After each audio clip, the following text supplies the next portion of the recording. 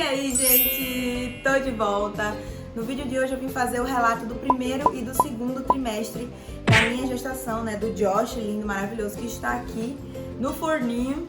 E assim, aconteceram coisas inusitadas e eu esperei passar realmente todo esse período para eu poder relatar para vocês tudo o que eu senti, como foi que aconteceu, a intensidade, a forma e se continuou até o terceiro trimestre. Então quero contar tudo para vocês, tá? Não esquece de se inscrever aqui no canal e também já deixa o seu like, porque isso é muito importante para mim, é muito importante para que o YouTube divulgue esse vídeo para o máximo de pessoas. Então quanto mais like tem, mas o YouTube entende que esse conteúdo é um conteúdo que merece visualização. Então já deixa o seu like e vamos lá! Bem, gente, eu vou começar pelo primeiro trimestre, tá? Pra quem não sabe, eu já tive duas outras perdas, uma há alguns anos e outra nesse ano, né? Foi uma perda que eu tive antes dessa gestação. Então, Josh é um baby arco-íris que veio depois de uma perda gestacional. E aí eu quero contar, relatar tudo isso pra vocês. Eu não sei se esse vídeo vai sair antes ou depois do vídeo da perda, do relato da perda. Mas vamos lá, vou gravando, porque agora que eu tô gravando eu ainda não gravei esse vídeo. E é isso. Enfim, primeiro trimestre. Primeiro de tudo, eu tinha muito enjoo. Eu não cheguei a ter enjoos de adoecer, né? Como é o caso da se eu não me engano, é hiperêmese gravídica. Não sei se é hiperêmese. Mas é uma situação que acomete algumas grávidas, de que a mulher às vezes até precisa ser internada por causa da quantidade de vômitos e porque ela não consegue comer nada, absolutamente nada. No meu caso, eu tive muitos enjoos, eu vomitava muito, mas nunca foi nada assim de me deixar derrubada, entendeu? Então, eu tinha muito enjoo, mas nem todos os dias eu vomitava. Só quando era o ápice, assim, por exemplo, eu enjoei muito de alho, cheiro de tempero, perfume. Eu enjoei muito de coisas que eu amava comer, por exemplo, churrasquinho. Tem um churrasquinho aqui em Vila Velha que eu amo. E aí, eu não aguentava sentir o cheiro da maionese. E o Matheus ama esse churrasquinho. Então, às vezes, ele queria muito comer, ele ia no lugar, eu ficava dentro do carro, com tudo fechado, para não poder sentir o cheiro de forma nenhuma do churrasquinho. Hoje em dia, eu já consigo sentir o cheiro e comer e tudo mais. Mas no primeiro trimestre, gente, sério, eu não queria ver aquilo na minha frente. Eu não queria ver também pizza, hambúrguer. Pra mim foi muito tranquilo com relação a fazer dieta, porque eu não conseguia comer nada que fosse de besteira. Tudo que eu imaginasse que era gorduroso, me vinha um negócio aqui. Eu acredito que eu fiquei com nojo e enjoo de todas as coisas que eu amava comer. Coisas com molho, coisas com maionese, tudo que era besteira no primeiro trimestre, pra mim foi impossível de colocar pra dentro. O meu obstetra me liberou tomar um medicamento que é pra vômito, que eu não vou indicar aqui pra vocês, né, porque eu não sou médica e eu não posso indicar nenhum medicamento pra vocês. Mas se você tá tendo esses problemas, é bom conversar com o seu médico. Talvez ele seja um médico mais naturalista, sei lá, que não recomenda remédio, talvez te recomende, não sei, um chá, porque são pouquíssimos chás que as grávidas podem tomar. Mas eu não sei o que é que o teu obstetra vai te recomendar, mas o meu me recomendou um remédio que eu pude tomar. No primeiro trimestre, de verdade, o medicamento não funcionava muito, porque ele é um remédio mais fraquinho, sabe? E aí eu tomava e não dava jeito, gente. Eu acabava vomitando de novo. Só se eu acordasse e já tomasse o medicamento, porque eu sabia que ia sentir cheiro de alguma coisa e poderia vomitar. Mas se eu já tivesse com enjoo, o medicamento não cortava, gente, era horrível. E aí, o que começou a me ajudar foi comer maçã. Maçã era algo que dava uma amenizada na minha vontade de enjoo e só.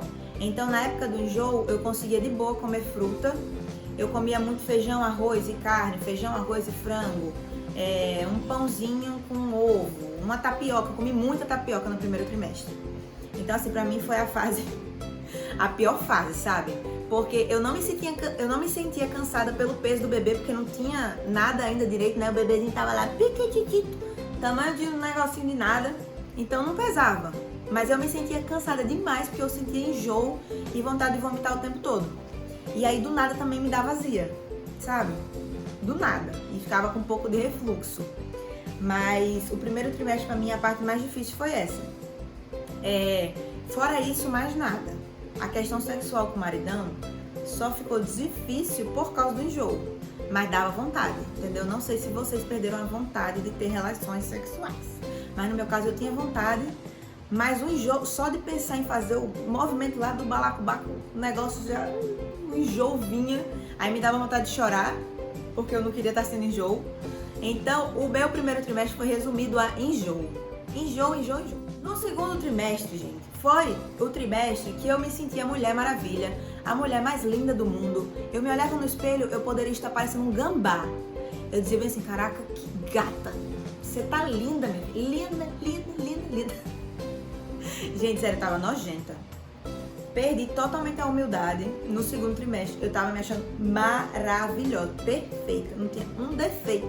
Podia nascer uma espinha aqui no meu nariz que eu ia me achar linda. Tava me achando linda, linda, linda. Eu sei que tem muitas grávidas que têm problemas com autoestima no segundo, no terceiro trimestre, porque às vezes começa a aparecer estrias, ou ela não ficou com a barriga como ela imaginava, ou o peito aconteceu alguma coisa, ou a libido foi lá pro zero. Mas no meu caso, né, o meu relato do segundo trimestre foi que eu tive uma melhora, assim, absurda com relação a isso. Vontade de ter relações com o maridão também, maravilhoso. O que tá dificultando agora no terceiro trimestre é o peso da barriga, né, o cansaço.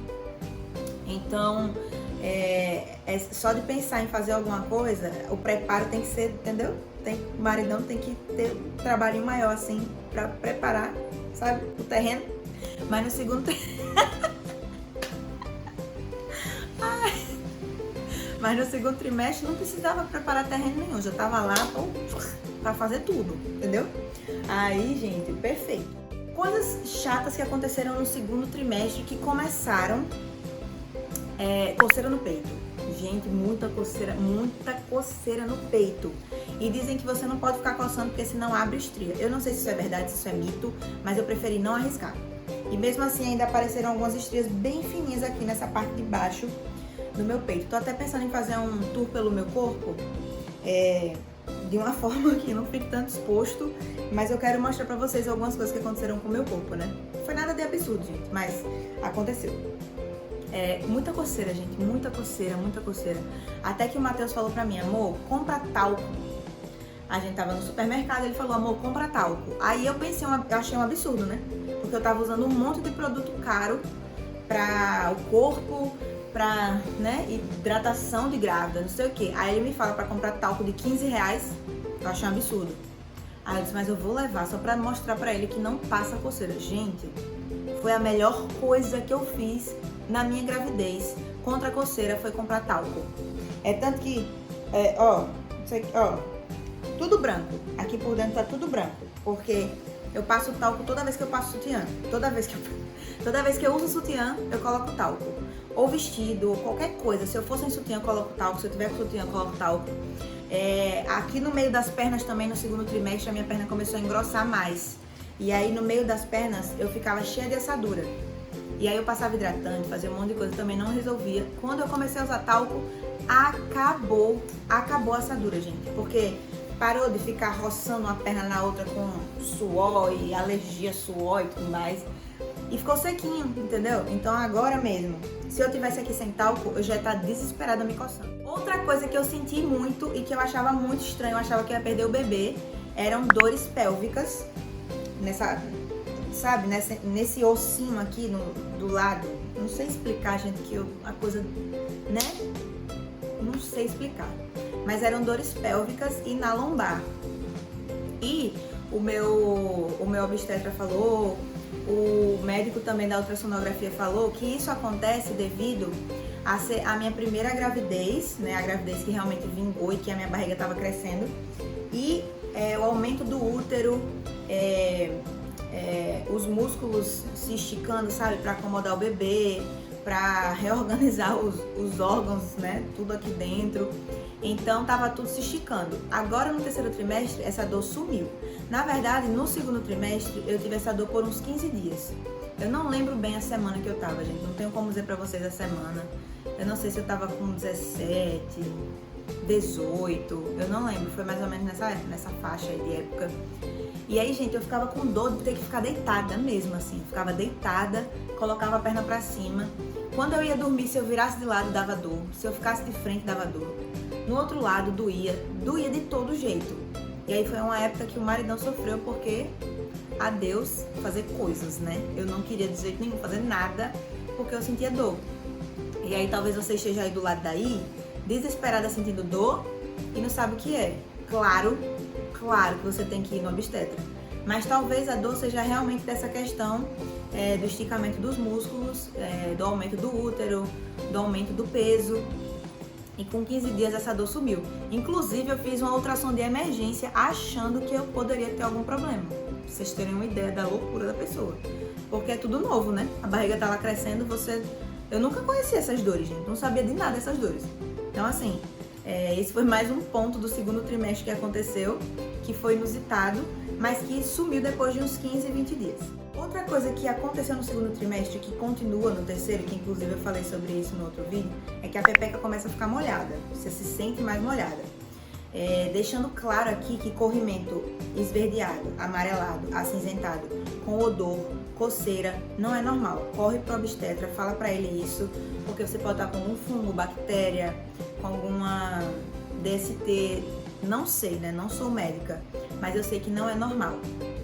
Mas, via de regra, a mulher tem um corrimento, tipo assim, sai um líquidozinho ou branquinho, claro, ou meio transparente, misturado com branquinho, não tem odor, não causa coceira nenhuma, mas ele molha a pepeca e ele molha a calcinha. E às vezes, se vier muito, molha até a roupa, pra vocês terem uma ideia.